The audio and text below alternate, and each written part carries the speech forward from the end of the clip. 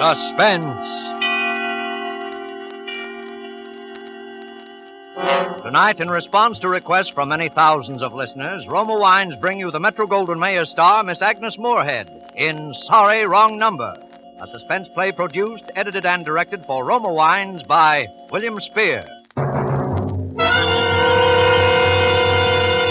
Suspense, radio's outstanding theater of thrills, is presented for your enjoyment by Roma Wines. That's R-O-M-A, Roma Wines.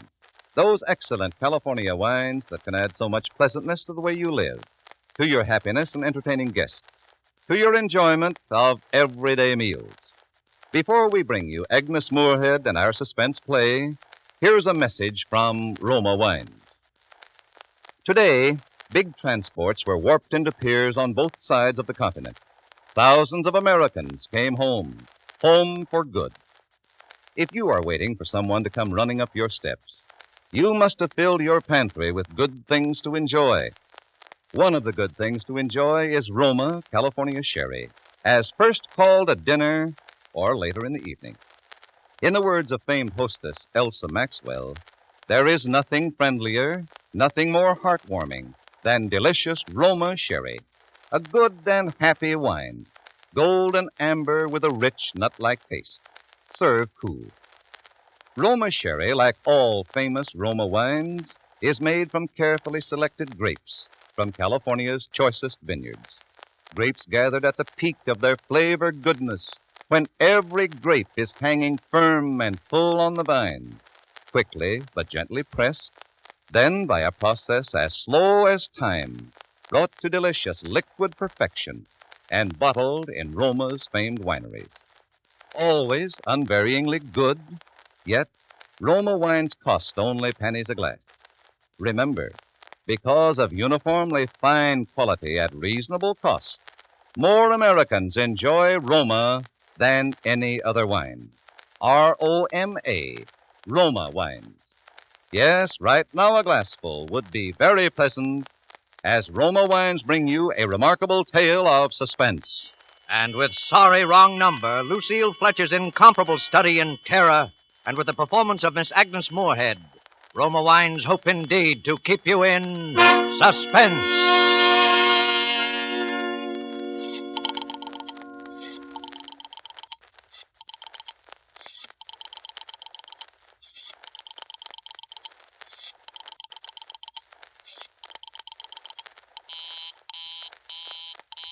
Oh, dear.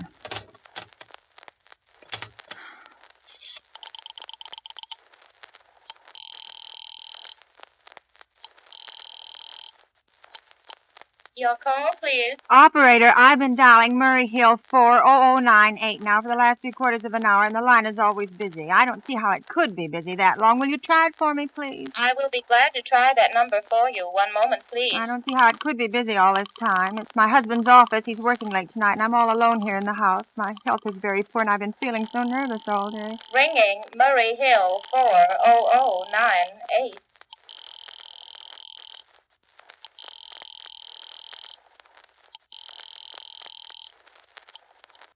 Hello? Hello? Hello, is Mr. Stevenson there? Hello? Hello? Hello? Hello? Hello? George? Yes, sir. This is George speaking. Hello? Who's this? Now, What Mr. number am George. I calling, please? I'm here with our client. Oh, good. Is everything okay? The coast clear for the night? Yes, George. He says the coast is clear for tonight. Okay. Where are you now? The phone booth. Don't worry. Everything's okay. Very well. You know the address. I know. At 11 o'clock, the private patrolman goes around to the bar on 2nd Avenue for a beer. That's right. 11 o'clock. Okay. Be sure that all the lights downstairs are out. There should be only one light visible from the street. Okay. What's that? Just a minute, George. Oh, our client tells me that at 11:15 a train crosses the bridge. It makes a noise in case her window is open and she should scream. Yes. Hello, what number is this, please? Okay, I understand. That's 11:15, the train. Yes. Do you remember everything else, George? Yes. I'll make it quick, as little blood as possible. Because our client does not wish to make her suffer long. That's right. You'll use a knife? Yes, a knife will be okay. Then afterwards, I remove the rings and bracelets and the jewelry in the bureau drawer because our client wishes it to look like simple robbery. Don't worry. Everything's okay. I never... Oh, how awful. How unspeakably awful. I never... Your call, please. Operator, I've just been cut off. I'm sorry. What number were you calling? Why, it was supposed to be Murray Hill 40098, but it wasn't. Some wires must have got crossed. I was cut into the wrong number, and I've just heard the most dreadful thing, something about a murder. And, operator, you'll simply have to retrace that call at once. I beg your pardon. I don't quite...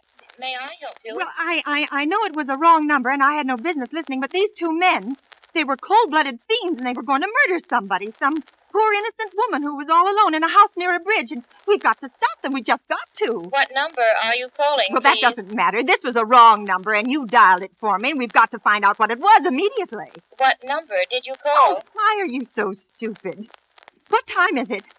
Do you mean to tell me you can't find out what that number was just now? I'll connect you with the chief operator. Oh, I think it's perfectly shameful. Now, look.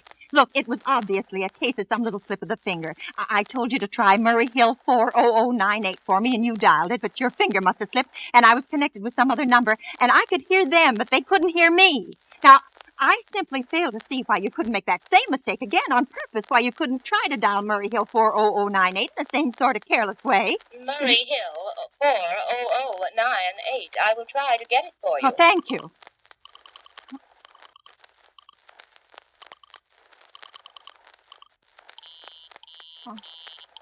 I am sorry. Murray Hill 40098 is busy. I will call you Operator, in 10 minutes. operator.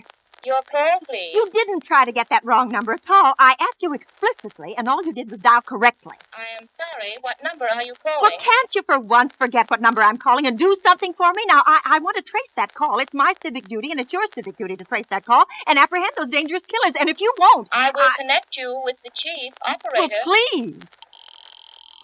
Talk. Anyone who's sick. This is the chief operator. Oh, Chief Operator, I want you to trace a call, a telephone call, immediately. I don't know where it came from or who was making it, but it's absolutely necessary that it be tracked down because it was about a murder that someone's planning. A terrible, cold-blooded murder of a poor innocent woman tonight at 11:15. I see. Well, can you trace it for me? Can you track down those men? I'm not certain. It depends. Depends on what? Depends on whether the call is still going on. Well, if it's a live call, we can trace it on the equipment. If it's been disconnected, we can't. Disconnected? If the parties have stopped talking to each other. Oh, well, but of course they must have stopped talking to each other by now. That was at least 5 minutes ago, and they didn't sound like the type who would make a long call. Well, I can try tracing it. May I have your name, please? Mrs. Stevenson. Mrs. Albert Stevenson. But listen, And your now, telephone number, please. Plaza 32098. But if you go Why on do you wasting want all this this... call traced, please? Why? Oh, well, no reason. I merely felt very strongly that something ought to be done about it. These men sounded like killers. They're dangerous. They're going to murder this woman at 11:15 tonight, and I thought the police ought to know. Have you reported this to the police? Well, no, not yet. You want this call checked purely as a private individual? Yes, but Well, meanwhile... I'm sorry, Mrs. Stevenson, but I'm afraid we couldn't make this check for you and trace the call just on your say-so as a private individual. But I We can't... have to have something more official. Oh, for heaven's sake. You mean to tell me I can't report that there's going to be a murder without getting tied up in all this red tape? Why, it's perfectly idiotic. Well, all right. I'll call the police. Thank you. I'm sure that'll be the best way. Ridiculous. I never heard of such nonsense. Police department. Have to go. Wait. Your call, please. The police department. Get me the police department, please. Thank you. Ringing the police department. Oh, dear, do you have to dial? Why can't you ring them direct? Oh, it's... Wait.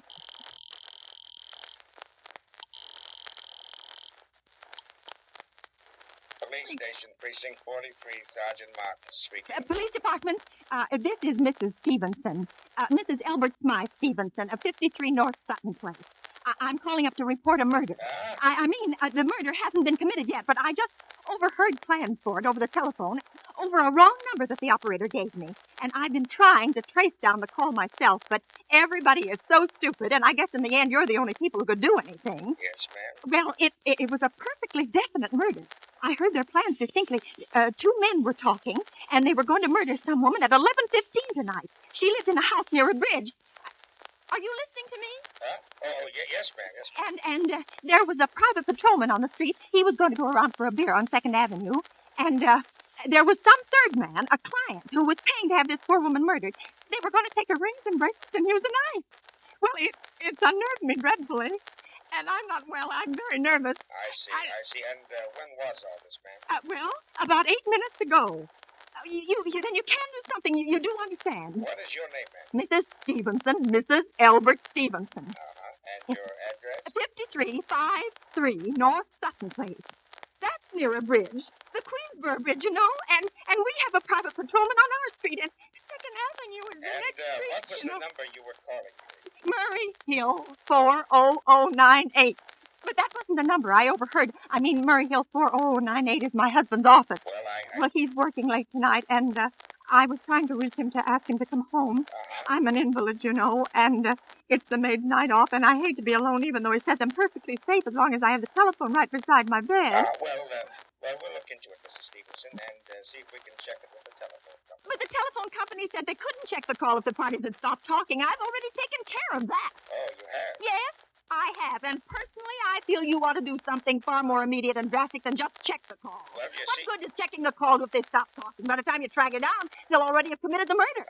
Well, we'll take care of it now. Don't you worry. I'd say the whole thing calls for a search, a complete and thorough search of the whole city. Yes, but... Why, I'm very near the bridge, and I'm not far from 2nd Avenue, and I know I'd feel a whole lot better if you sent around a radio car to this neighborhood at once. And what makes you think the murder's going to be committed in your neighborhood, ma'am? Well, I don't know. Only the coincidence is so horrible.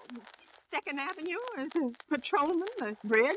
Well, look, you see, 2nd Avenue is a very long street, ma'am. Well, I know You that. know how many bridges there are in the city of New York alone? Yes. Not to mention Brooklyn, Well, Staten Island, Queens, and the Bronx. Well- And how do you know that there isn't some little house on Staten Island, on some little 2nd Avenue you never heard about? Well, How do you know they were even talking about New York at all? But I heard the call on the New York dialing system. Well, maybe it was a long-distance call you overheard. Oh, I... You know, telephone's a funny thing. But I did... Now, look, lady, look. Why don't you look at it this way?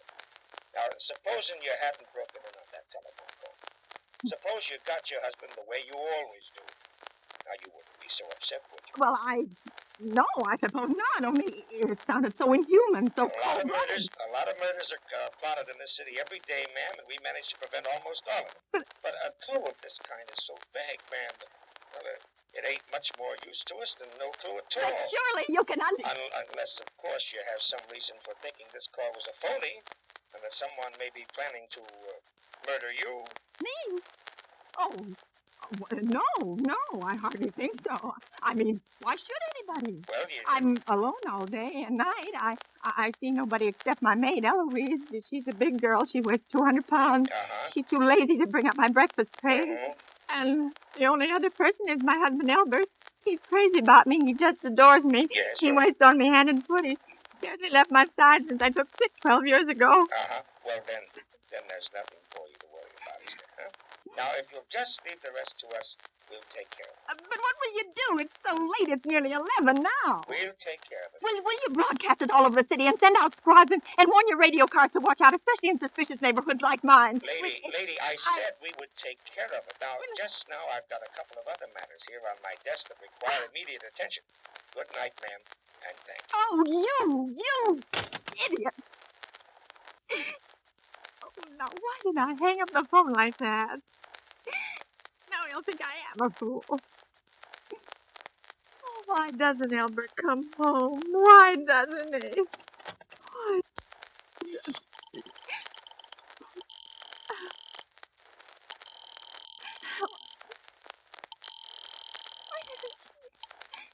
Your call, please. Operator, for heaven's sake, will you ring that Murray Hill 40098 number again? I can't think what's keeping him so long. I will try it for you. Well, try. I don't see why he doesn't...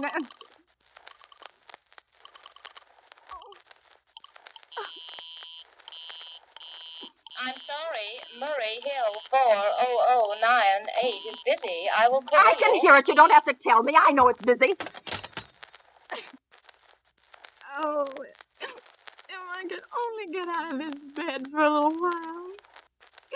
If I could get a breath of fresh air and just lean out the window and see the street. Hello, Albert. Hello. Hello. Hello.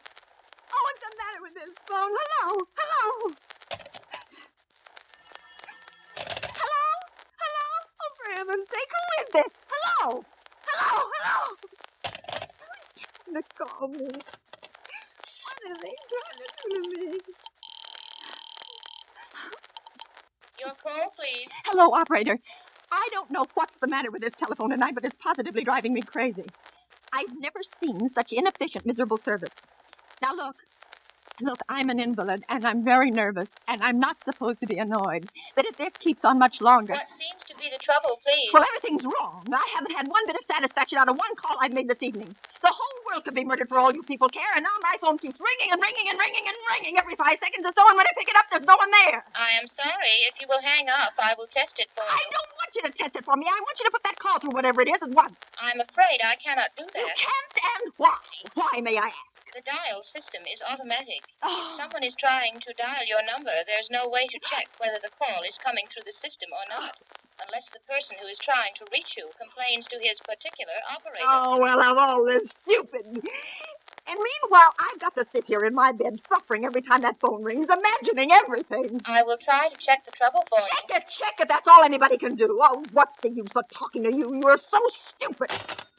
Oh, her. I'm only impudent. How dare she speak to me like that? How dare she speak to me like that? Oh, why did they take so long?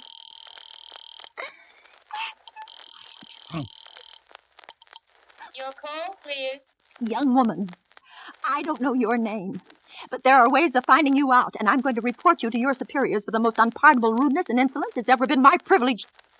Give me the business office at once. You may dial that number direct. Dial it direct. I'll do no such thing. I don't even know the number. The number is in the directory, or you may secure it by dialing information. Listen here, you... Oh, what's the use? Oh, dear. Oh, for heaven's sake, I'm going out of my mind. Hello, stop ringing me. Do you hear? Answer me. Who is this? Do you realize you're driving me crazy? Who's calling me? What are you doing it for? Now, stop it, I say. Hello. If you don't stop ringing me, I'm going to call the police. You hear? The police. Oh, if Albert would only come home. Oh, let it ring. Let it go on ringing. It's a trick of some kind. I won't answer it. I won't, even if it goes on ringing all night. I won't answer it. Now, what's the matter? Why did they stop ringing all of a sudden? What time is it? Where's my clock? Oh, where did I put it? It's 5 to 11. They've decided something. They're sure I'm home. They've heard my voice answer them just now. That's why they've been ringing me. Why no one has answered me.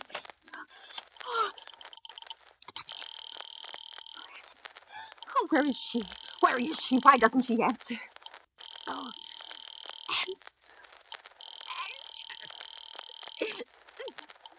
Your call, please. Where were you just now? Why didn't you answer at once? Give me the police department.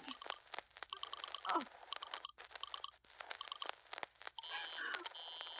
I'm sorry, the line is busy. I will call you. Busy? But that's impossible. The police department can't be busy. There must be other lines available. The line is busy. I will try to get them for you later. No, I've got to speak to them now. It may be too late. I've got to talk to someone. What number do you wish to speak to, please? I don't know, but there must be someone to protect people beside the police department. A detective agency. You will find agencies listed in the classified directory. But I don't have a classified. I mean, I'm too nervous to look it up, and I don't know how to use the directory. I will connect you with information. Perhaps they will be able to help you.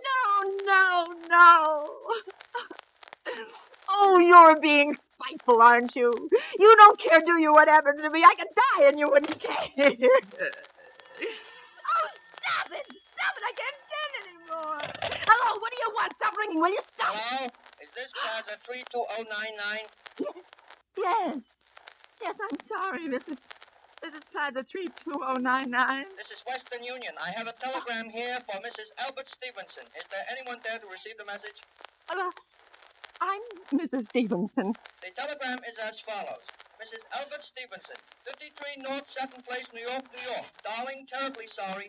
Tried to get you for last hour, but line busy. Leaving for Boston, 11 p.m. tonight on urgent business. Back tomorrow afternoon. Keep happy. Love, signed, Albert. Oh, no. Do you wish us to deliver a copy of the message? No. No, thank you. Thank you, madam. Good night. Good night. No. No, I don't believe it. I don't believe it. He couldn't do it. He couldn't do it. Not when he knows I'll be alone. It's some fiendish... Some fiendish...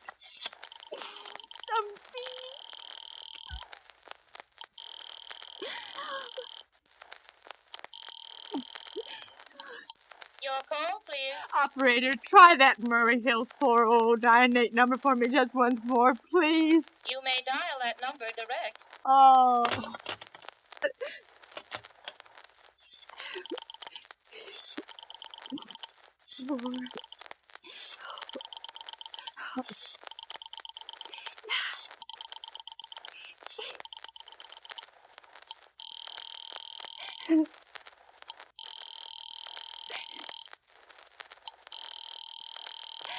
Oh, no. He's gone. Oh, Albert, how could you? How could you? I can't be alone tonight. I can't. If I'm alone one more second, I'll go mad. I don't care what he says or what the expense is. I'm a sick woman. I'm entitled to some consideration.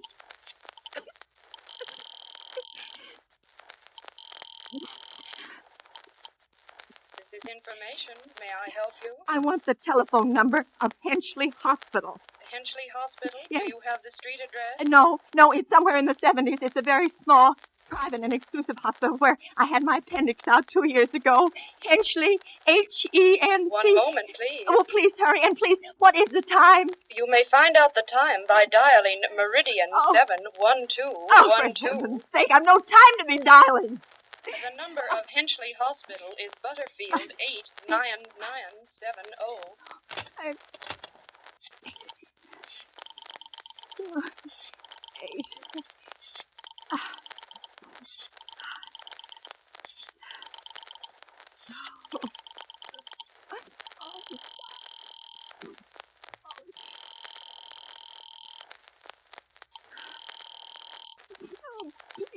Henchley Hospital, good evening. Nurses registry. Who was it you wished to speak to, please? I want the nurses registry at once. I want a trained nurse. I want to hire her immediately for the night. I see. And what is the nature of the case, madam? Nerves. I'm very nervous. I need soothing and companionship. You see, my husband is away, and Have you been recommended to us by any doctor in particular, madam? No, but I really don't see why all this catechizing is necessary. I want a trained nurse. I was a patient in your hospital 2 years ago, and after all, I do expect to pay this person for attending me. We quite understand that, madam. But we're not completely back on a peacetime basis, you know. I know that. Registered nurses are very scarce just now. And our superintendent has asked us to send people out only on cases where the physician in charge feels it is absolutely necessary. Well, it is absolutely necessary. I'm a sick woman. I'm very upset, very. I'm alone in this house, and I'm an invalid. And tonight I overheard a telephone conversation that upset me dreadfully. A woman's going to be killed when a train comes. In fact, if someone doesn't come at once, I'm afraid I'll go out of my mind. I see. Well, I'll speak to Miss Phillips as soon as she comes in. Miss Phillips. And what is your name, madam? Miss Phillips, when do you expect her in? I really couldn't say. She went out to supper at 11 o'clock. 11 o'clock. But it's not 11 yet. Oh, my clock has stopped. I thought it was running down. What time is it? Just 15 minutes past 11. What was that? What was what, madam? That click just now on my own telephone. You know, someone has lifted the receiver off the hook off the extension telephone downstairs. I didn't hear it, madam. Now that... But I did. There's someone in this house. Someone downstairs in the kitchen. They're listening to me now. They're listening. I won't pick it up. I won't let them hear me. I'll be quiet. And they'll think, but if I don't call someone now while they're still down there, there'll be no time. I've got to get that operator. I've got to get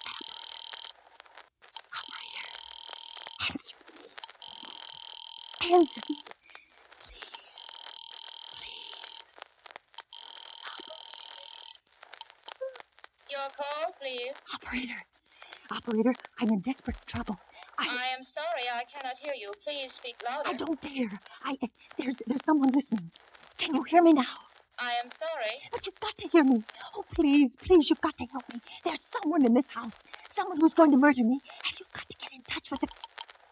Did you hear it? There it is. He's put it down. He's put down the extension phone. He's coming up. He's coming up the stairs. Give me the police department. The police department. 1 moment, please. I will connect you. Oh, I can hear him. Please hurry. Please hurry.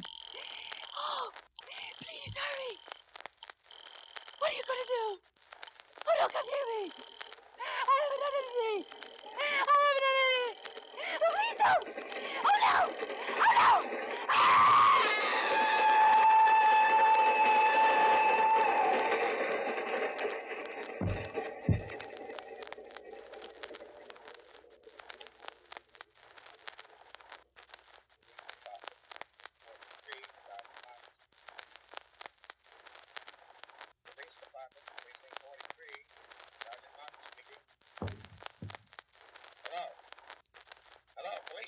Precinct 43, Sergeant Martin speaking. Police department? Yeah. Oh, I'm sorry. Must have got the wrong number. Don't worry. Everything's okay.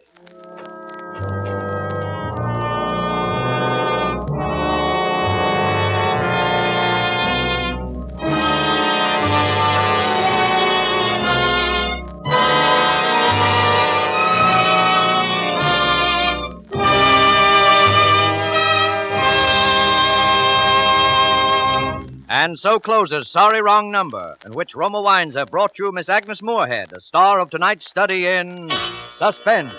Suspense is produced, edited, and directed by William Spear.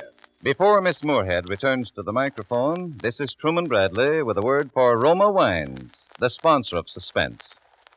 This is the time of year when the air is clear and the hills look as if they had been burnished in gold. At dusk, the color glory of Indian summer paints the countryside, a perfect setting for a simple supper with friends, for a meal brightened by distinguished Roma California Burgundy. In the words of famed hostess Elsa Maxwell, next time you have friends for dinner, add to their enjoyment of the food and give the occasion a gracious, festive touch by serving delightful Roma Burgundy. My guests especially enjoy the fruity, robust, tart piquancy of Roma Burgundy, a simple way to lend enchantment to dining. Yes, like all Roma wines, you'll enjoy Roma Burgundy. Delightful, delicious, distinguished wine at its best, in uniform fine quality. And here's a hint on how to make better cocktails. Make them with zestful, full-flavored Roma vermouth, the vermouth of almost 100 rare herbs, made and bottled in the heart of California's famous vineyards, yet surprisingly low priced. Try Roma vermouth soon, won't you? This is Agnes Moorehead. It goes without saying that it has been a major thrill to appear again on Suspense with Sorry Wrong Number. If you enjoyed it, I'm sure you won't want to miss next Thursday's Suspense show, which Mr. Spear tells me will present the premiere of Lucille Fletcher's very newest suspense play.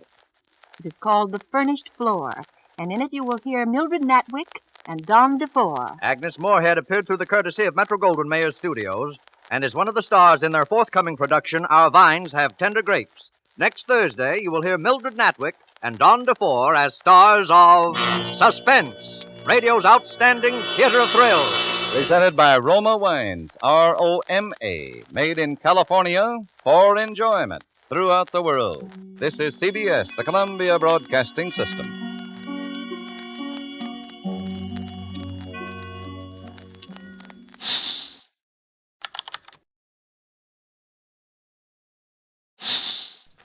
Suspense. Tonight, Roma Wines bring you Robert Taylor in The House in Cypress Canyon, a suspense play produced, edited, and directed for Roma Wines by William Spear. Suspense, radio's outstanding theater of thrills, is presented for your enjoyment by Roma Wines. That's R-O-M-A, Roma Wines. Those better-tasting California wines enjoyed by more Americans than any other wine. For friendly entertaining, for delightful dining. Yes, right now, a glassful would be very pleasant, as Roma Wines bring you Robert Taylor, star of Metro-Goldwyn-Mayer's Undercurrent, in a remarkable tale of suspense.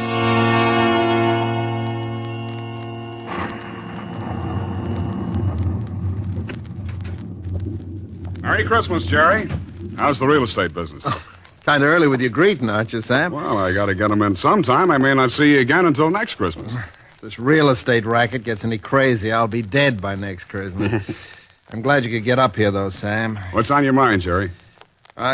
You'll probably shoot me when you hear it, Sam, because I'm probably nuts. But doggone it, you're a detective and you're my pal, and I just had to tell somebody. Oh, you sound like it's serious. That's just it. I don't know what it is, Sam, but... Now, listen, you know we're agents for a group of houses up in Cypress Canyon. Mm-hmm. Those places that were started before the war, never got finished. Oh, yeah. All I got in were the foundations, just concrete and a couple of beams. Well, they've been finished now. In fact, I'm putting up the for rent on the last of them today. What do you want? Police protection from the mob? Yeah. Listen, Sam, this house that I'm talking about, it's got a number now, 2256. But before, when the men went back to work on it about 3 months ago, well, they just started when the foreman on the job brought me a shoebox that he'd found up on a beam. And this box had a manuscript in it, a story, kind of, all written out. Yeah. Well, he gave me the thing. I read it. I didn't think much about it. I put it in my desk. But the other day, when I happened to drive by there, I saw the number on the house and what the house looked like. I thought of this manuscript. And, well, I don't like it, that's all. There's something funny about it. What's funny about it? Well, mind you, this thing was found in an unfinished house in Cypress Canyon.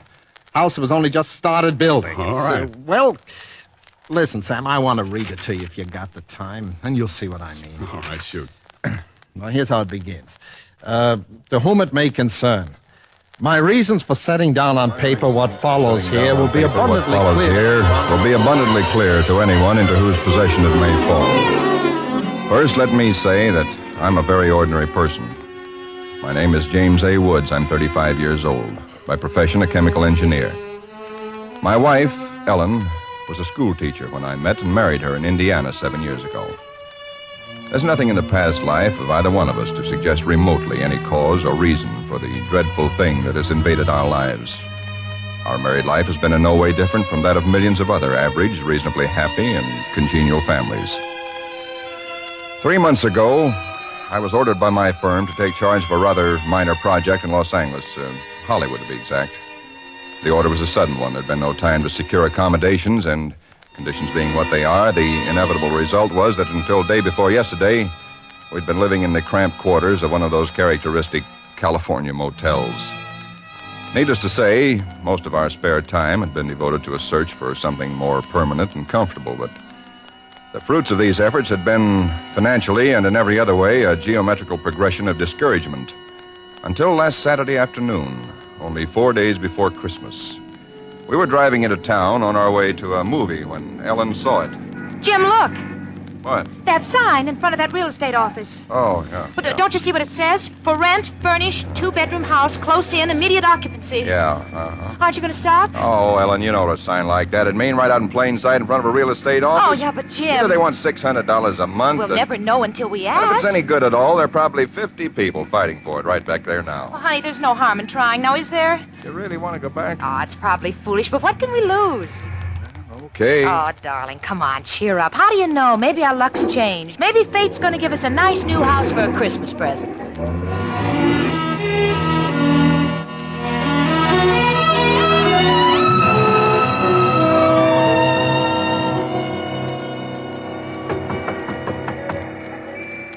Come in.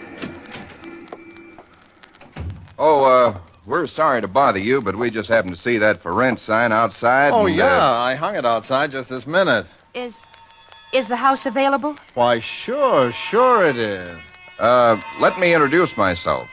My name is James A. Woods, and this is my wife, Ellen. How to do? Wow. Looks like it's fixing to rain. Yes, so it does, doesn't it?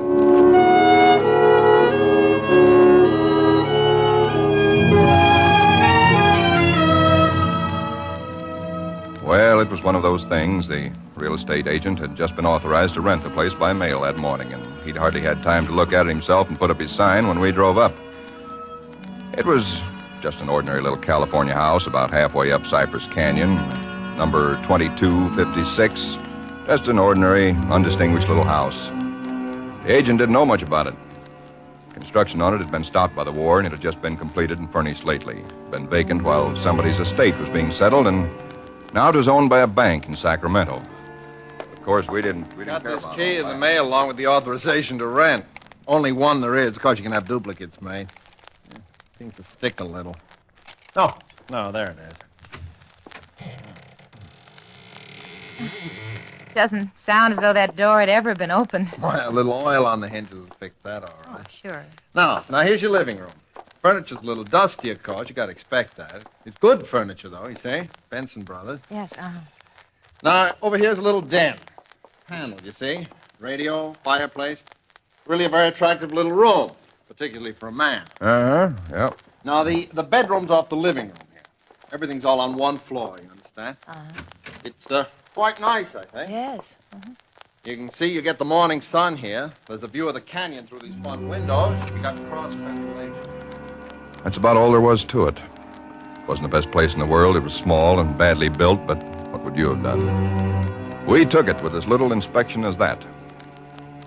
It was the Saturday before Christmas. And the very same evening, we were struggling up the steps from the road with suitcases and boxes and armloads of clothes and all the endless bric-a-brac that people collect and never know they have until they move.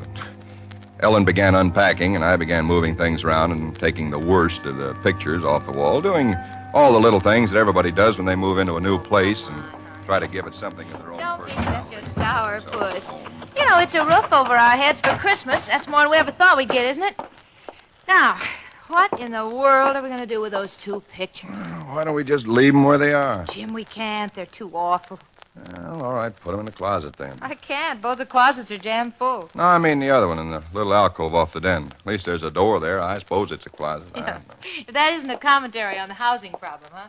A woman moving into a house without even knowing where all the closets are. Take the pictures down, will you, honey? Bring them in here. Okay.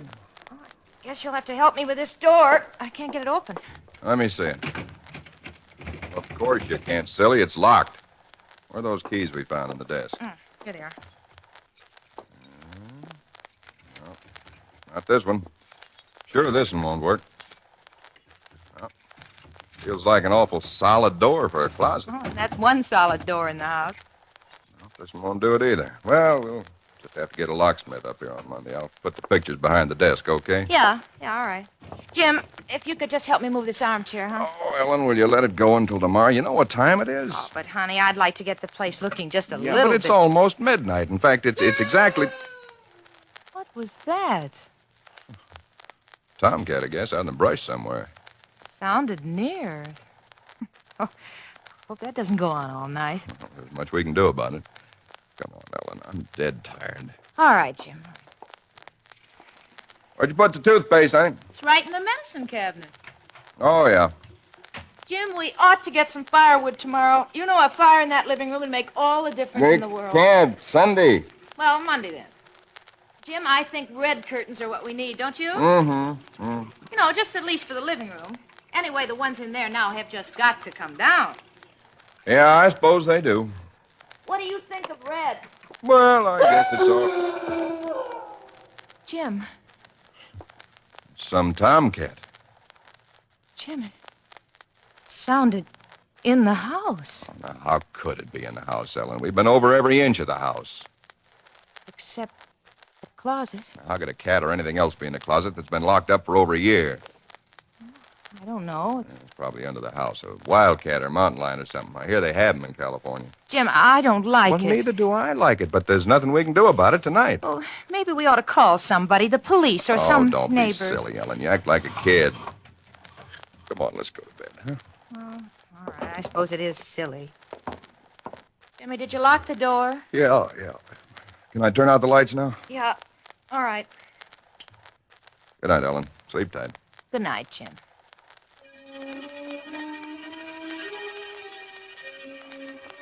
I don't know what time it was, perhaps an hour, perhaps only a half hour later.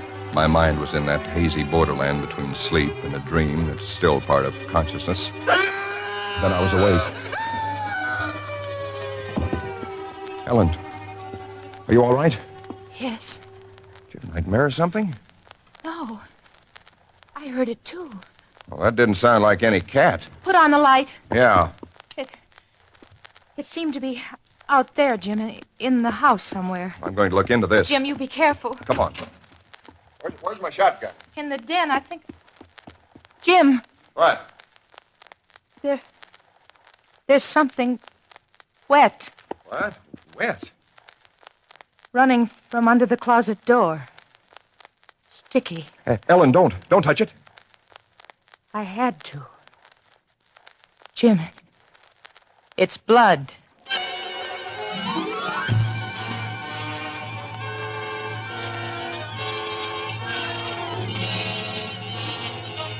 For Suspense, Roma Wines are bringing you Robert Taylor in The House in Cypress Canyon. Roma Wines' presentation tonight in radio's outstanding theater of thrills, Suspense.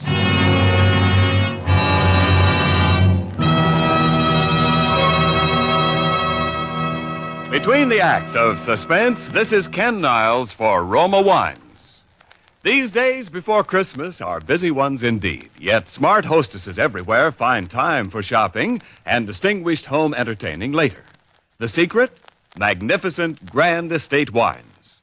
Presented by Roma, America's greatest vintner, Grand Estate wines add distinction to your hospitality on a moment's notice. Make your holiday welcome, effortless, and in perfect taste. The brilliant clarity, full fragrance, and mellow taste of Grand Estate wines please discriminating people everywhere. For Grand Estate wines, limited bottlings by Roma, are born of choicest grapes, then patiently guided to superb taste richness by Roma vintner skill, necessary time, and America's finest winemaking resources. Delight your guests with Grand Estate California wines for entertaining, medium sherry, ruby port, or golden muscatel.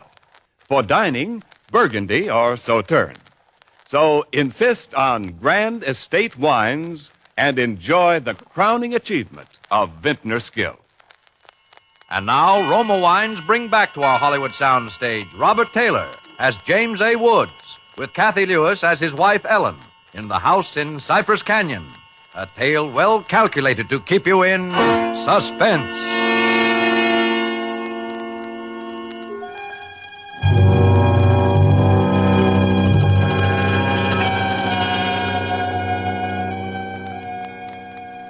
It cannot be too difficult to understand from the foregoing why I've taken the pains to set down in writing the events related here. To find in one's newly rented house a closet which cannot be opened is in itself certainly no great cause for alarm. But to be awakened in the stillness of the night by unearthly cries within that house, to find oozing from under that closet door something that is unquestionably blood, that's another matter. Perhaps others might have been braver than we. Suffice it only to say that we got out of the house in something very close to a panic, and only returned when we had the moral support of two stalwart Los Angeles policemen. You just moved in here, you say? That's right, officer. You can see we're still unpacking. And the place has been empty right along before that? Yeah, I don't know much about that part of it. You could check all that with the real estate agent, though. Well, where is this closet? Oh, it's right in here, officer. And the blood is... Where? Where's the blood? Jim? Officer, I swear to you, there was blood on the floor less than an hour ago. I saw it. Uh-huh. It was running out from under that door. We heard that noise, and we got up, and then we saw it. The door was locked. Locked, huh? Well, it seems to be all right now. Hey, you folks aren't trying to be funny, are you? Isn't there anything in it? No, ma'am, there is not. Look, officer, we're reputable people. You can call my firm. They'll tell you all about me. There's nothing wrong with this closet. Walls are solid. No trapdoors. If you think I'm lying... I didn't say that, mister. Oh, you probably did hear some sort of a noise, and you got a little panicky, and... What about the blood? It got on my hand. It isn't there now, is it? Yes. Where? I feel it. Now, you folks just take it easy. You know, you're liable to hear all kinds of noises up in these canyons at night. You're from the east, you say? Yeah. I'm sorry, officer. Ah, that's all right. That's all right. If you have any real trouble, call on us anytime. All right. Well, good night. Good night. Good night. Hey, you ought to have this door fixed. That's enough to scare you. Yeah, we're going to have it fixed.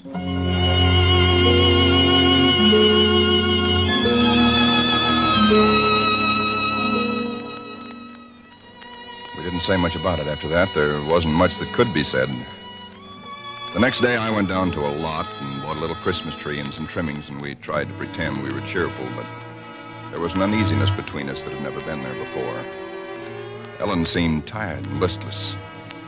Several times during the day, I noticed her washing her hands with a brush, scrubbing the one that had touched the blood. That night, we each took a sleeping pill and went to bed.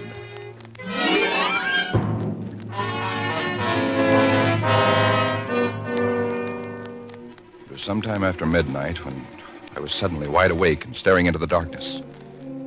In some way, I knew at once and instinctively what had awakened me. Ellen was not in her bed nor in the room. The nameless thing I feared gripped at my heart until I could scarcely breathe. I opened the bedroom door and started through the house, putting on every light that I could find. There was not much to search, but I searched thoroughly. The living room, the kitchen, bathroom, den, even the garage. And all the time, the dread of looking where I knew at last I must look. For I think I knew from the very first time where I'd find her. It must have been a full minute that I stood before that closet door. Then I opened it. She stood there rigid, her arms at her sides, her fingers extended like claws. Her hair was over her face, her eyes stared out of it. Her lips were drawn back in a grin like an animal at bay. For a moment, I was frozen with the horror of it. I stretched out my hand. Very deliberately, she turned her head and sunk her teeth until they met into the flesh of my forearm. I'd raised my hand to strike at her, but already she'd relaxed her hold and gone utterly limp. She would have fallen unless I'd caught her. I carried her into the bedroom and laid her on the bed. Strangely, at that moment, my only thought was how I might revive her. Until I saw that it was not a faint, but a sleep that she'd fallen into. Sleep as deep and heavy as though she'd been drugged. And so I left her. But for me, that night, there was no sleep.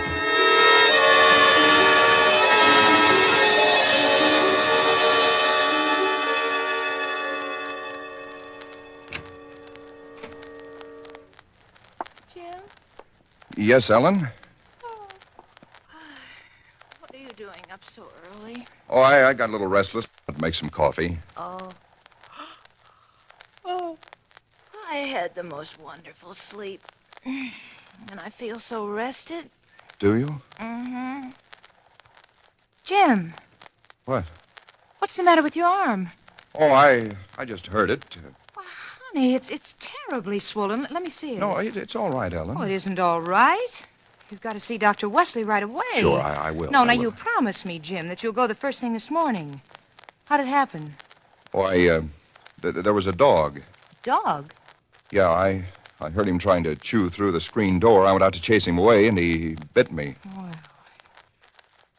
you mean there was all that racket and I didn't even wake up? No, Ellen, you didn't even wake up.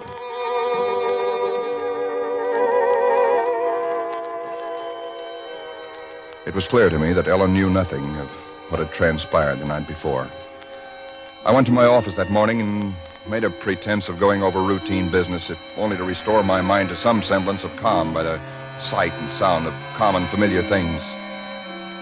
Pain in my arm had become a persistent, dull throbbing.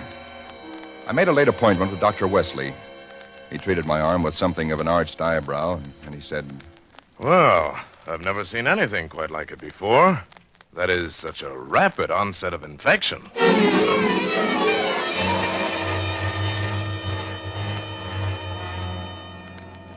It was dark when I left his office. I hadn't realized it was so late. Driving home, my car seemed sluggish until I saw the needle on the dashboard and realized that I was pushing it to the utmost of its speed. I was racing home to prevent something before it was too late, before the darkness had conspired against me. For somehow I already knew with certainty that it was the darkness and the night that I had to fear. The curves of the canyon seemed endless. And then the cold fear leaped up inside me. My house, too, was dark. I went slowly up the stone steps from the road, looking, praying for some sign of light or life. There was none. The house was empty. Ellen was gone.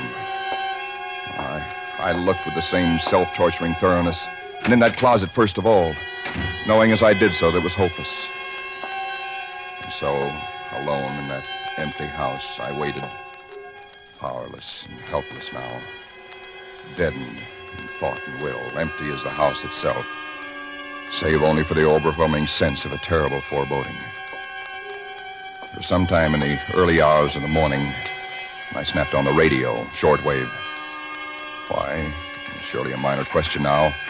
I only know that I did. And then I heard it. Car 58, car 58, go to Laurel Canyon, the 4000 block. A report that a man has been injured or attacked. Condition thought to be critical. Ambulance will follow. That is all.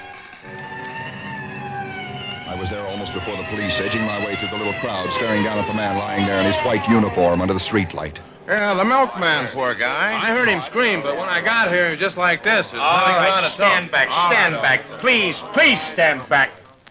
Well, you again. I heard it on the radio. I lived just down the road. Yeah, I remember. What happened? Well, take a look. Maybe you can tell us. He was dead. And he was lying on his back. And his throat had been torn out, as though by the fangs of some wild animal.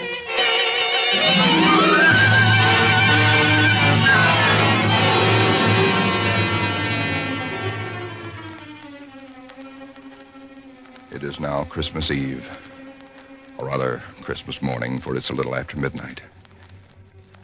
I've been waiting here in the stillness of this empty house for nearly 24 hours, waiting for the end.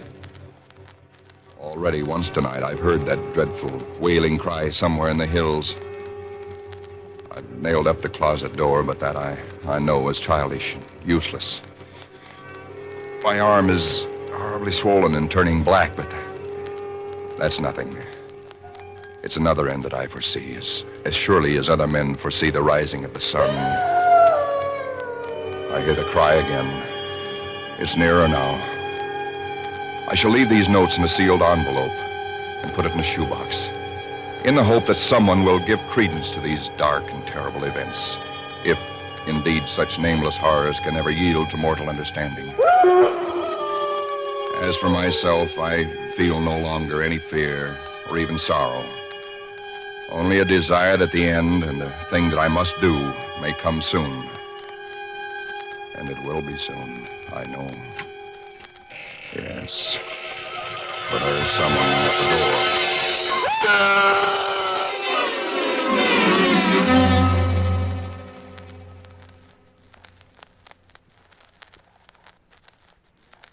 Someone at the door. What do you make of it, Sam? It's quite a yarn. But what of it? That's what I thought. Now, listen, that's not quite all of it. Clip to it's a newspaper clipping. Listen. Hollywood, December the 26th. Police reported what was apparently a case of murder and suicide in Cypress Canyon sometime in the early hours of the morning. The victims were James A. Woods, a chemical engineer, and his wife, Ellen. Preliminary investigation indicates that Mrs. Woods was killed by the blast of a shotgun in the hands of her husband, who then turned the weapon upon himself. That she fought desperately for her life, however, was evidenced by the disorder of the room and the severe lacerations inflicted upon her husband about the neck and arms. This is the second tragedy to be reported in Cypress Canyon within 24 hours, the other being the unexplained death of Frank Polanski, a milkman. Well, no such murders or whatever they were ever occurred, if that's what's worrying you. The clipping, well, those things printed up, you know. No, it's not that, Sam. That story was found in an unfinished house in Cypress Canyon. No number, no nothing, just a framework. Uh-huh. Now that house is finished. When I drove by it today, well, that's what stopped me, Sam, because it all fits. Now that it's finished, it is the house in the story, the same construction, the same vines and creepers on the lawn, even the same number. So what? A guy who knows roughly what this house is going to be like writes a yarn and loses it or something. Did he know the place was going to be listed for rental today, the Saturday before Christmas? Oh, Jerry, coincidence. 2 bits you find the guy next door is a ghost story writer or something, and he's been wondering for a year what happened to that thing he wrote. Okay. Coincidence. Well, I'm sorry I bothered you, Sam. Don't be silly. I liked it. It's a good yarn. That the for rent sign you were talking about? Oh, yeah. I'm going to put it up outside now. Uh-huh. Well, so long, Jerry, and Merry Christmas again. Yeah, well, thanks, Sam. I guess I was kind of silly, all right. Huh? Listen, when a guy named, whatever it is, Woods, with a wife named Ellen, comes in to rent that place from you, then you can start worrying. Yeah. Well, so long, Sam. So long, Jerry. Come in. Oh, we're sorry to bother you, but we just happened to see that for rent sign outside. Well, yeah, I hung it out just this minute. Is the house available? Oh, sure it is. Let me introduce myself. My name is James A. Woods, and this is my wife, Ellen. How'll do. Wow. Looks like it's fixing to... Yes, it does, doesn't it?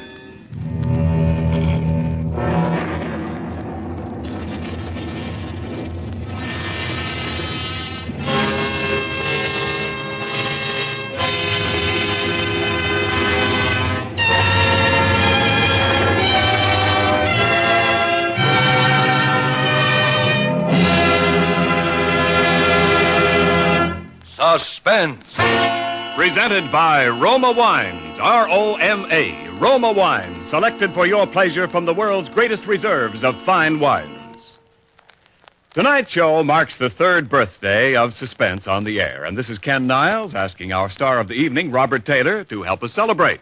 Why didn't you tell me before, Ken? If I'd only known, I'd have baked a cake. Well, Bob, all Suspense parties are surprise parties. As an old hand on Suspense, you know that in our plays, the tables are usually turned on the star.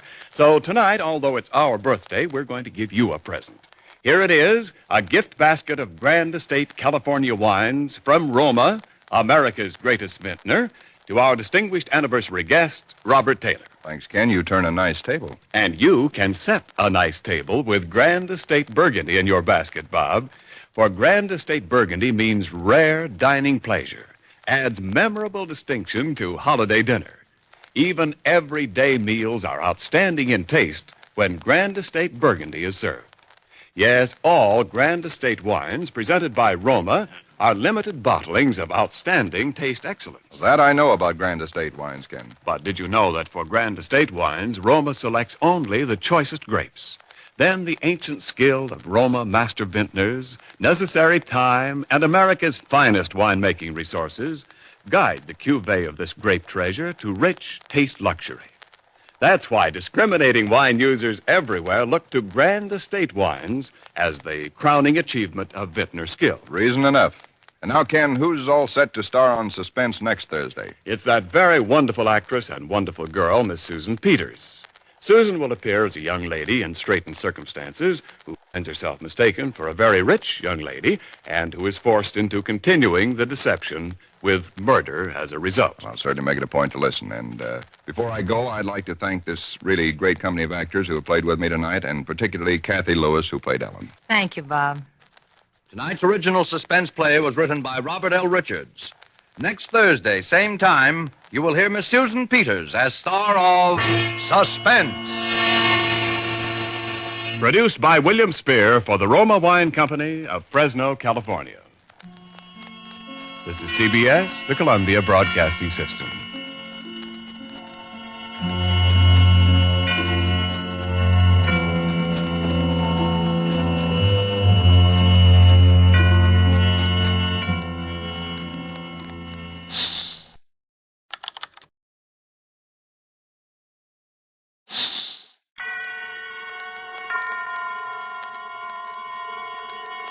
Now, Autolite and its 60,000 dealers and service stations present Suspense.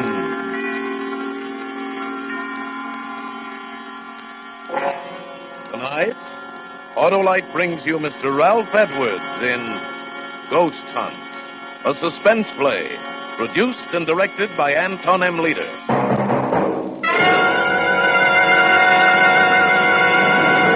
Friends, replace worn-out narrow-gap spark plugs with a set of those new wide-gap Autolite resistor spark plugs. Your motor will idle smoother, give better performance on leaner gas mixtures, actually save gas. These winning benefits are all made possible by a newly developed Autolite 10,000-ohm resistor, built right into every Autolite resistor spark plug, making practical a wider spark gap setting. And that's what does the trick. What's more, Autolite resistor spark plugs with this exclusive Autolite resistor have greatly increased electrode life and cut down on radio and television interference. So, folks, see your Autolite dealer and have him replace old, worn-out, narrow-gap spark plugs with a set of the new Autolite resistor spark plugs.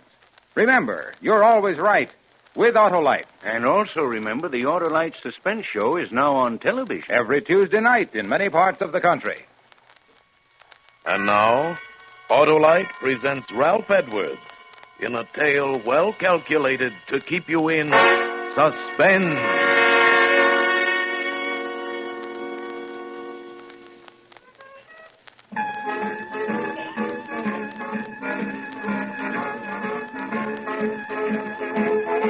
Yeah, didn't that leave you high, huh? Left me feeling treetop tall. That was Louis Armstrong's I Can't Give You Anything But Love. And that's all we have time for on the Hot and Mellow Hour tonight. Yes, this is Smiley Smith, your favorite disc jockey. I hope, booting the Hot and Mellow Hour home for this evening. I'll be back again tomorrow night, minus the music, but with a little surprise for you. Tomorrow night, Friday night, as you know, is stunt night here at station WXP, and have I got a stunt for you. Last week, if you remember, I planted my wire recorder in the steam room at a lady's Turkish bath and let you listen in on the playback, remember? Well, tonight, as soon as I leave the studio, do you know where I'm going? Your friend Smiley is going to spend the night in a haunted house on a spook hunt. You heard me, a spook hunt in a haunted house. I'm bringing my little old wire recorder along with me, and if you tune in tomorrow evening at this time, you'll learn what it's like to spend a night in a haunted house. Ain't that something? Yeah, a real haunted house. No kidding. 4 people are known to have committed suicide there. So tune in tomorrow night and share a real thrill with your old pal Smiley. I must be crazy, Smith. Good night.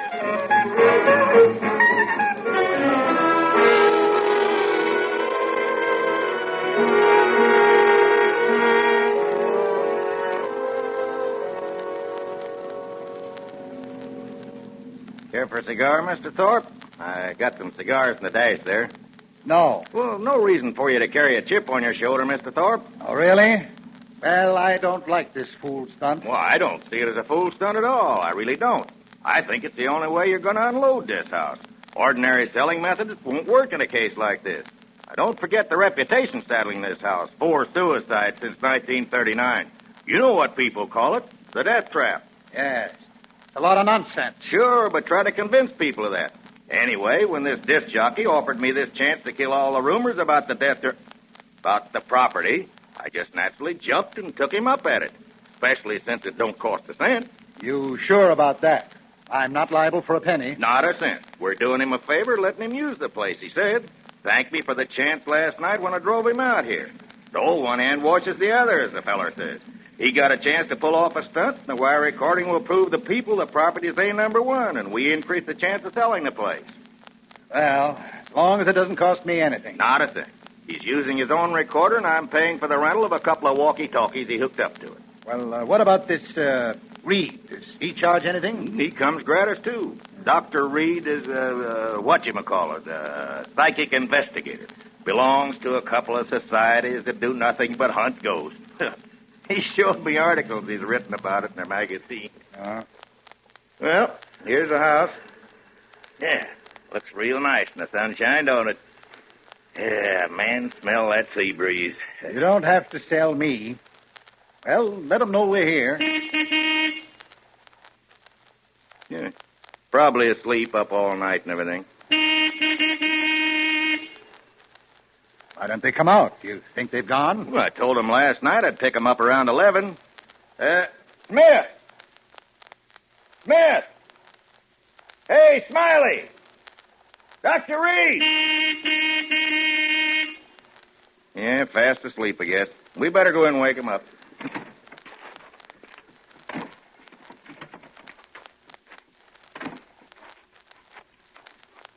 Of course, they may have taken the bus back to town. No. It's a 2-mile hike to the main highway.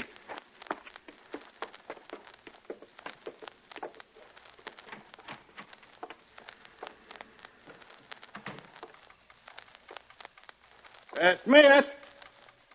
Hey, Smiley. Where are you? Wake up. You don't suppose, do you? Oh, no. Smith. Dr. Reed. What's that clicking noise from in there? Well, it's his wire recorder. He left it running. These machines cost a lot of money. Doesn't he care if he uses up his batteries? Well, where is he, and where's this Reed? Maybe they're upstairs. Smith! Hey, anybody home? They must have walked to the highway and taken the bus. Well, he wouldn't have left his machine. Well, where are they, then? Where are they? Now, don't get excited, Mr. Thorpe. Don't tell me not to get excited. If something's happened to them in my house, I'm liable. You try this side. I'll try that. All right. Smith. Hey, Smiley. Smith. Oh. McDonald, come here. Oh, what? What it? Oh, no. Reed. Dr. Reed. No, don't touch him, Mr. Thorpe. You'll get your hands off. Look. Blood. Is he dead? I can still feel his pulse. We better get him to hospital fast.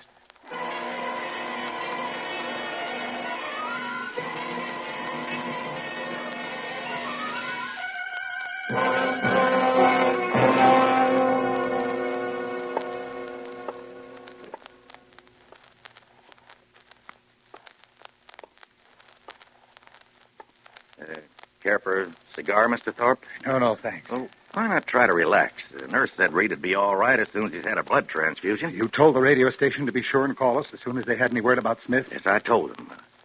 Why don't you sit down? No, I'm all at 6s and 7s. What do you suppose happened out there last night? Well, we're going to know in just a second, just as soon as I can get this recorder set up. You don't suppose Smith and Reed got into a fight, do you? Yeah, there. Huh? Fight? I don't. Well, what's wrong? Won't it work? Yeah, it works. Take it easy. 1, 2, 3. Testing. 1, 2, 3. There. Testing. 1, 2, 3. All set, Dr. Reed? Mr. McDonald, eh? Okay, here we go. This is Smiley Smith speaking. Smiley Smith, the ghost hunter.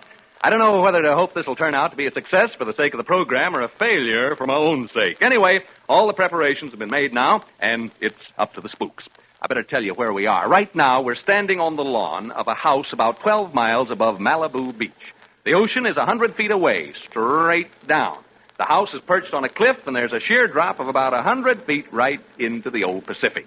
Maybe you can hear the surf pounding. I'll turn up the volume. Hear it? Now, I'm going to have you meet 2 gentlemen who are here with me. Incidentally, we're the only people around for miles and miles. First, I'd like you to meet Dr. Clarence Reed of the British and American Psychical Research Guild. Dr. Reed is a famous investigator of psychic phenomena, and I'm very honored to be associated with him on this ghost hunt. He's smiling in an embarrassed sort of way. You're much too kind, Mr. Smith. Dr. Reed has conducted experiments in this field with such great believers in spiritualism as Oliver Lodge and Arthur Conan Doyle. He looks a bit like Santa Claus. He's short, stocky. You don't object, do you, Dr. Reed?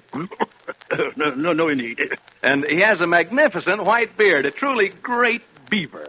Dr. Reed is so enthusiastic about ghost hunting that he got out of a sick bed this evening to be with us.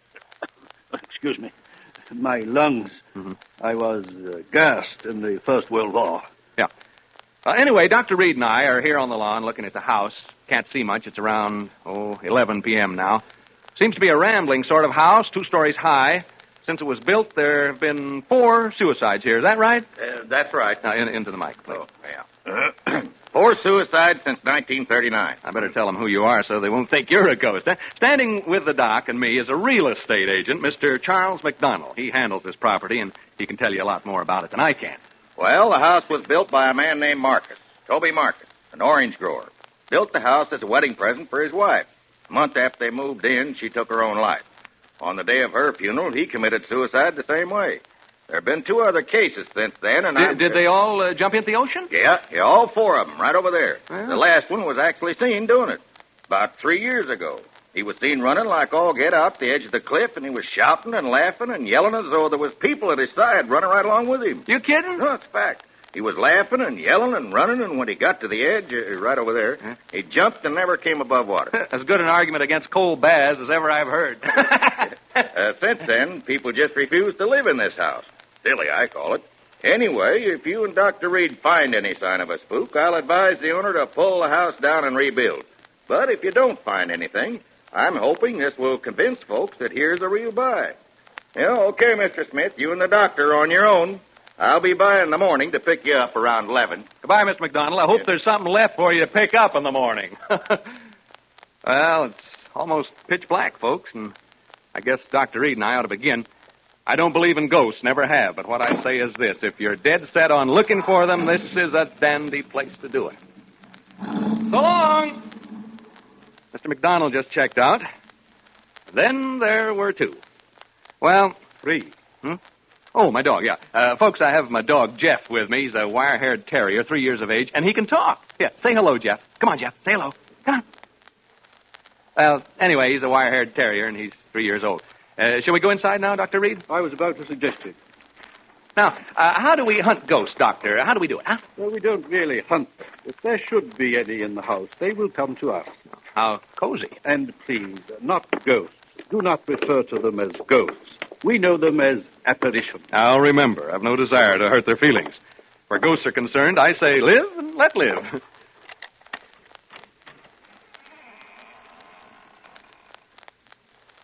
Well, we've opened the front door now. Maybe you heard the hinge squeak a little.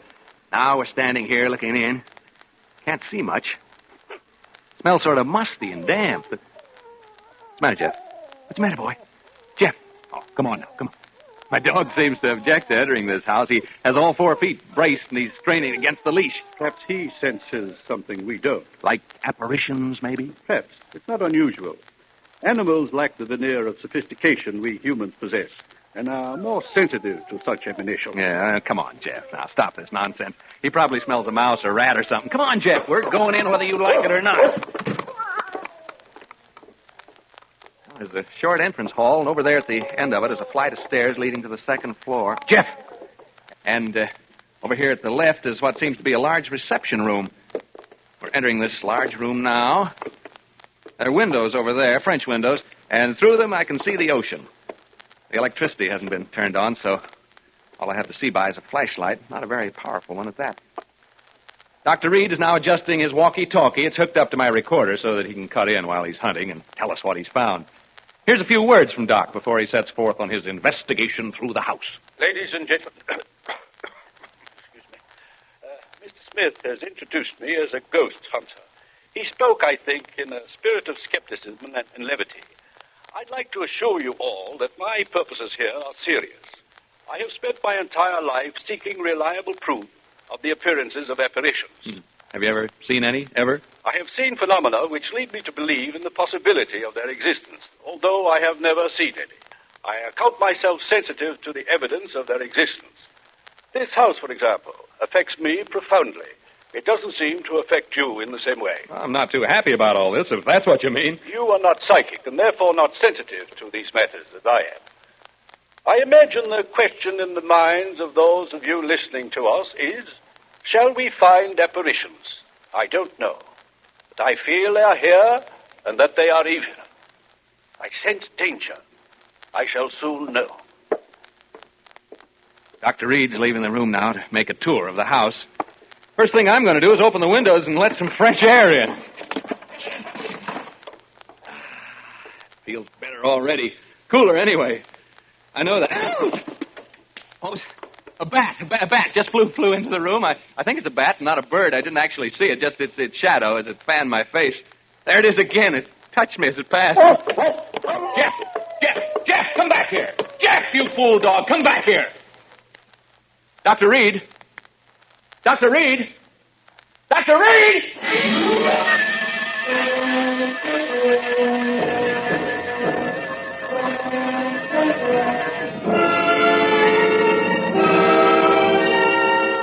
For Suspense, Autolite is bringing you Mr. Ralph Edwards in radio's outstanding theater of thrills, Suspense.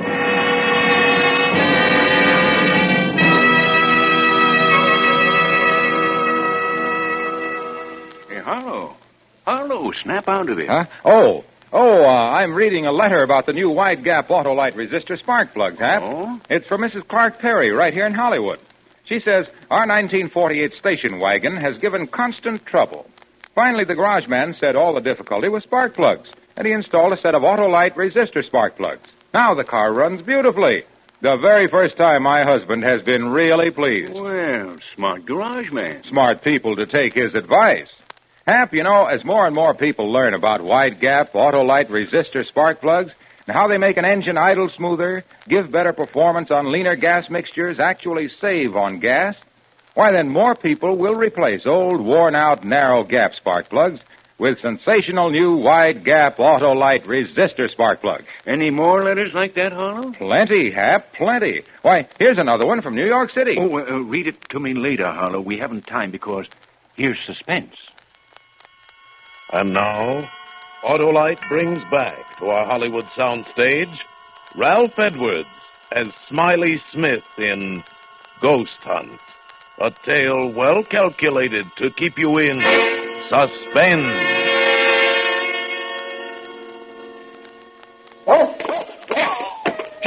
Jeff, come back here.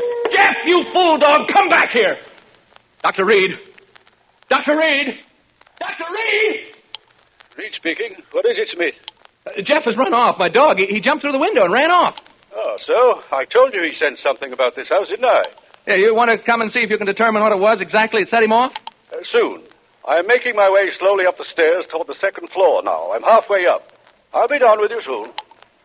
Folks, my dog's run away. You probably heard him howling. He jumped through the window and took off. Never did anything like that before. Frightened by the bat, I guess. Personally, alone here in this big room, I can understand how he must have felt. This isn't a cheerful spot by any means. I may not be psychic, but I sure have a feeling this house doesn't want us here. Read again. Excuse me. I have something of great interest to report. I'm now standing in an alcove on the second floor trying to recover my breath. As I reached the head of the stairs, I felt what I think is a definite psychic manifestation. I felt suddenly as though I had been punched in the solar plexus. That's the only way I can describe it. At the same time, I began to perspire. My head is still swimming slightly, and I have difficulty in swallowing. My pulse rate is around 110 in a minute. The sense of evil is very strong. I feel very, what shall I say, profoundly depressed. Do you want me up there? No, I prefer to remain up here alone. The presence of a disbeliever such as you might interfere with my investigation. Folks, I'd like you to get a picture of what it's like here. It's very quiet, for one thing. I've never been in such a quiet place, and it's pretty dark. No light except my flashlight. Tell you what, you go now and douse all the lights you have on. Go ahead, put out the lights, and that'll give you a clearer feeling of how it is here with me. Go ahead, put out the lights. Hey, did you hear that? The real estate agent told me I'd probably hear rats and mice in the walls. Well, I can certainly hear them now. Even you can hear them, I think. It's as though... Dr. Reed speaking. I've been working my way toward the front room, the one directly above the one in which Mr. Smith is now. The vibrations have become stronger and more pronounced as I approach it. I think I'm on the verge of an important discovery. Important discovery. Did you get that? Now I can hear Dr. Reed moving about in the room above. I don't suppose you can. Have a try anyway, huh? Hear him? I hope he finishes his investigation soon, because, quite frankly, I'd like to get out of here. I can well imagine people becoming unhinged in this place. Right now, I find myself pretty jumpy. Not being very brave, am I? It's being alone in this room down here that does it. This darned old house. It's a very, the atmosphere, it's so very... I wish only to make this hurried report before continuing with the investigation in this room. I have carefully sounded out all the parts in this room, and the emanations are most strong from what appears to be a closet, before which I am now standing. As soon as I open the door to this closet, I will have, I think, a thing of great interest to communicate. I find no key to the lock, and so I will attempt to remove the hinges with my penknife, and I will tell you what I find when I open it. I'll tell you what it would cost to get me to open that door. In the basement at Fort... There's that bat again. It seems to like me, the way it keeps... Each time it passes, it touches my face or my neck with its wings. They're smelly things, bats. I don't suppose they bathe very often, if at all. I wonder how... Get away, you bat! That bat'll be the death of me. It's like a jingle, isn't it? Bat'll be the death of me, the death of me, the death of me. Bat'll be the death of me. It isn't far from London. No, that isn't the way it goes. It's come down to Q in lilac time, in lilac time, in lilac time. Come down to Q in lilac time. It isn't far. I haven't thought of that since I was a kid in grammar school. Gee, I had a lonely childhood when you come right down to it. I mean, that's my affair, isn't it? Yes, it is. It certainly is. I have succeeded in removing the hinges to the door, and I find inside it is not a closet, but much larger. It is, I think, a dressing room. I have not yet been inside, but I am about to enter. What was I talking about? Bats. Well, the bat flying back and forth in this room. Did you hear that? Did you hear it? Dr. Reed must have knocked something over in the dressing room. A chair, a heavy chair by the sound of it. The chair, or whatever it was, must have fallen right over my head. The way it sounded. I can see a small stain forming right on the ceiling, right over my head. Something ran across my foot just a rat, I think it was. I've always hated rats. Most people do, of course. That stain up there bothers me. It's gotten so big so soon. I think I'll take a chance and bother Reed and ask him what it is. Dr. Reed. Reed, can you hear me? Are you all right? Hello? Al, he didn't answer. I think he's just a little bit deaf. Think so. What do you suppose he's found, huh? I'm afraid this is rather dull for you listeners. I'm not finding it so, of course. There. I heard him cough. Did you hear that cough? Hope he's all right. He got out of a sick bed to come here this evening, you know. He was gassed in the First World War, and this place is beginning to get on my nerves a wee bit. Just a teensy-weensy bit. Reed, speaking. Hello? He switched off. That's the bad cough he's got. I feel so lonely. I've been alone so much in my life. Not so much now, of course, but when I was younger, I was alone so much of the time. You know, struggling to get ahead, living in a hall bedroom, wondering where my next meal is coming from. I get the blues just remembering it. Seem sad, young people having to spend so much time alone. Sad for old people, too, of course. I'm saying of course a lot. Of course I am. Hey, that stain on the ceiling, it's grown amazingly. It's actually beginning to drip. I mean, form bubbles. They'll start dropping soon. Colored bubbles, they seem to be. Odd-shaped stain, like a body lying on its back with its arms stretched out. It's cheerful. Oh. I'll certainly advise Mr. McDonald to have this place pulled down. I'll go upstairs in a minute or two to see how Dr. Reed's making out. You know, listeners, I really believe I'd go completely crazy if I had to stay here much longer. Wears you down. That's exactly what it does. It wears you down. It's so close and musty in here. I feel sort of trapped. Don't know why I said that. That's what they call this place, you know, the death trap. There, what did I tell you? That stain started to drip drops. Drip drops. Drip drops. Drip drops. Drip. I'll catch the next one with my hand. Like, Reed! Dr. Reed! I'm going upstairs now, listeners. I'm afraid something has happened to Dr. Reed. I'm not kidding now. I mean, this is on the level. Which room could it be now? Right? No, right. This is it, I think. Oh, evening, gentlemen. And madam? I'm so glad to see you. I was just aching to see somebody. Anybody. I've been so lonely down there. What have you done with the doctor, huh? I know he's been hurt. See the color of the bubble on my hand? What have you done with him? Make way, please, gentlemen. Make way. Well, this isn't the funniest darn thing.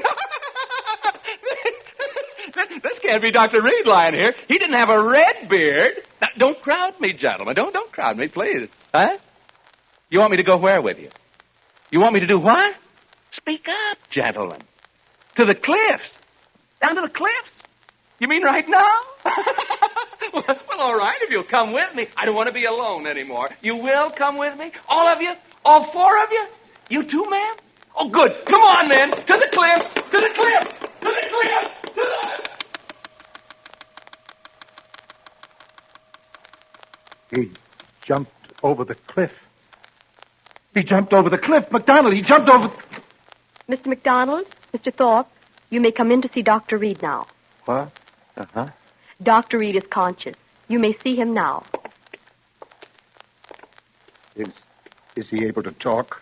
Just for a few minutes. In here. Come in. Come in, gentlemen. How are you, Dr. Reed? We've been waiting to see you. Yes, and I must apologize, gentlemen. I had a most unfortunate accident. Hemorrhage. Hemorrhage? Yes. My lungs, you know. Well, now, gentlemen. Hemorrhage? Dr. Reed, what happened in that house? What happened to Smith? We've just been listening to a playback of the recordings you made out there. Smith? Isn't he with you? We've just heard the recording, Dr. Reed. Smith jumped over the cliff. Into the ocean. Oh, that poor boy. Dr. Reed, will you please tell us what happened? From what we heard on the recording, there were ghosts in that house. Ghosts? I didn't see any ghosts. But Smith, what about him? If he went over the cliff, it was fear that drove him over. But, gentlemen, I didn't see any ghosts.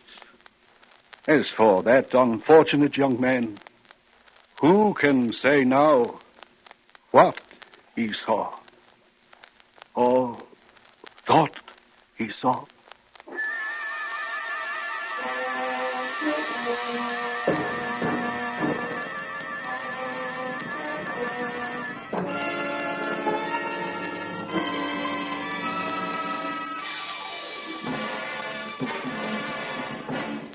Thank you, Ralph Edwards, for displaying your versatility by appearing as guest star on Suspense.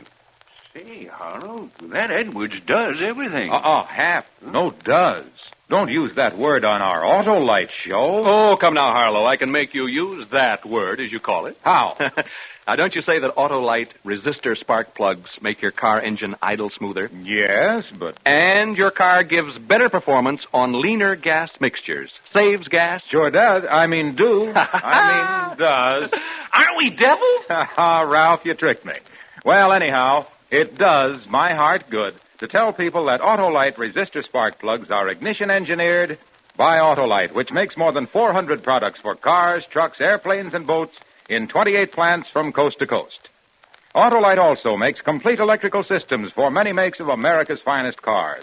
Batteries, spark plugs, generators, starting motors, spark plug wire, battery cable, coils, distributors. All ignition engineered to fit together perfectly, work together perfectly because they're a perfect team. The lifeline of your car. So, folks, don't accept electrical parts that are supposed to be as good. Remember, you're right with Autolite.